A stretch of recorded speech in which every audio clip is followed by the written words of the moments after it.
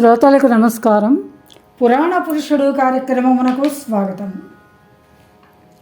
భరతభూమి యందు ప్రజలకే కాక వారి సంపద పశుపక్షాదులకు కూడా సరిపోతూ ఉంది. ఈ విధములైన ధర్మ మార్గములచే భరతభూమి విదేశీయులకు వాసయోగ్యమై ఉండియు దుర్భేద్యముగా కూడా ఉంది. వారి ధర్మపు తల్లికను తెగ కొట్టనిచో విదేశీయులకు అచట స్థాయి చిక్కదు. వైజ్ఞానికమైన ధర్మ నిరోధమును కల్పించి గోడ కట్టనిచో వారి భూమి విదేశీయులకు లొంగదు. విదేశీయుల బోధలను వారు లెక్క చేయుటలేదు. లెక్క చేయవలెనన్నచో వారి బోధలపై విశ్వాసము లేని వర్గమును ఒకదానిని వారిలోనే పుట్టించి పెంచాలి. అప్పటి నుండి వారి భూమి అందు ఇతరులకు స్థిరమైన వాస్తవ్యత ఏర్పడుతుంది. స్వామిత్వము నిలపుటకు విదేశీయులకు సాధ్యపడుతుంది.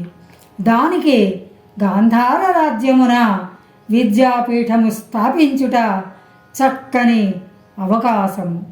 సుబలుని అభిమానమును సంపూర్ణముగా వినియోగించుకొని సామర్థ్యము చూపాలి. ఆ భూమి అందలి యువతీ యువకులను కొందరిని భేద బుద్ధిని అవలంబింపచేసి తమ విద్యాపీఠమున క్రమశిక్షణము కలిగించి వారిని ఆ విద్యాపీఠమున భారతీయ యువకుల ఉన్నత స్థానమును కల్పించి వారి చేతనే కార్యము సాధింపచేయాలి. కొన్ని అంశములలో భరతభూమి ప్రజలు గొర్రెల వంటి వారు. ఒకడు పోయిన దారి వెంట సంప్రదాయం ఏర్పడుతుంది. ఆలోచన లేకయే 10 మంది ఆ మార్గమున పోతూ ఉంటారు. ఒక అంశమున మాత్రము బ్రహ్మావర్తపు ప్రజలు కుక్కల వంటి వారు. ఒకరికి పదవిని కల్పించినచో కక్కుర్తిపడి ఆ బుద్ధి వారికి ఉంది. ఎముక ముక్కకై ఒక కుక్క వెంట పలు కుక్కలు చేరి పెనుగులాడును. అట్లే ఒకడు పొందిన పదవిని చూచి భారతీయులలో 10 మంది చేరి ఆకర్షింపబడుతూ ఉంటారు.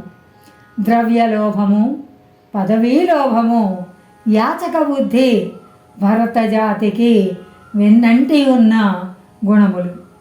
తొలుత కొందరు యువకులను గుప్పిట చేర్చుకోవాలి.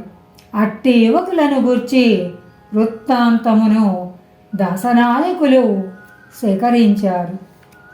మొట్టమొదటగా శకుని పన్నిన వ్యూహము ఉపయోగించుకొనాలి.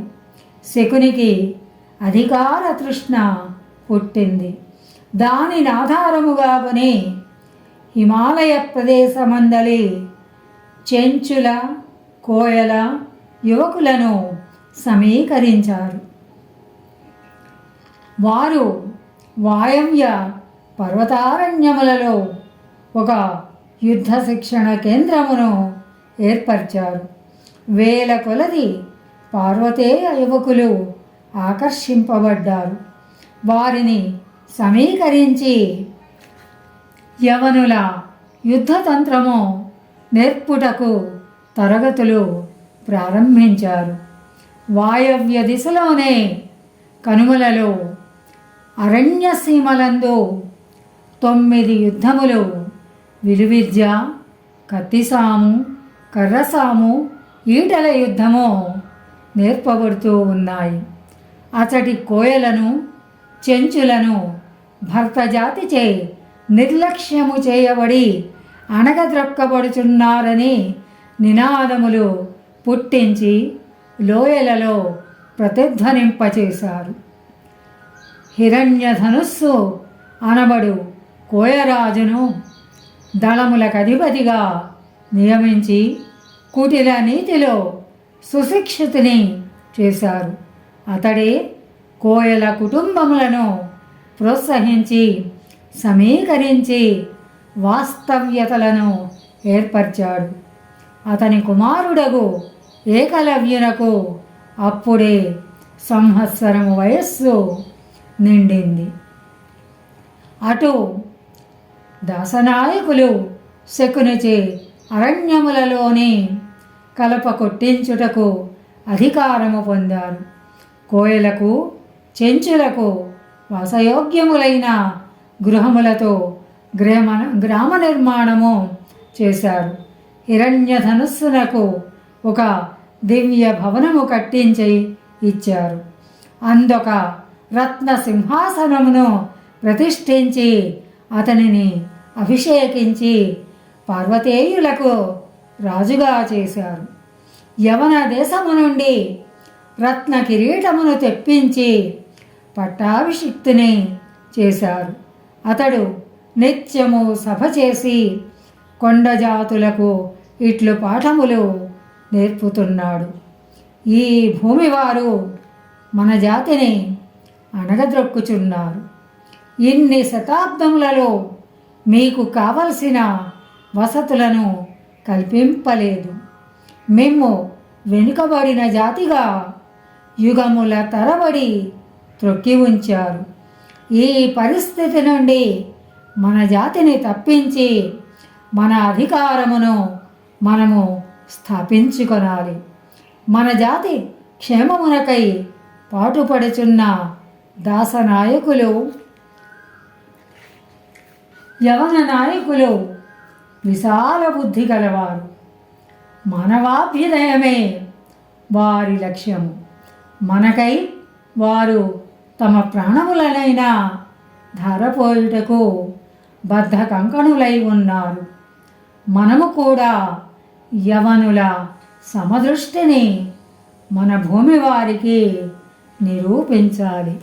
స్వస్తి సశేష. మన కార్యక్రమాలు నచ్చితే ఒక లైక్ చేయండి, మాకు ఎంతో ఎంకరేజ్మెంట్గా ఉంటుంది.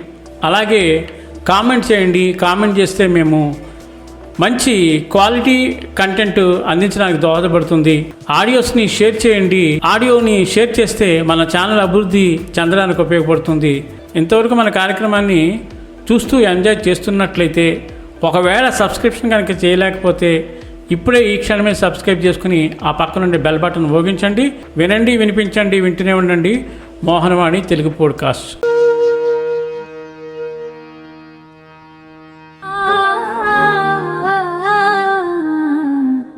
మోహనవాణి మదిని దోచే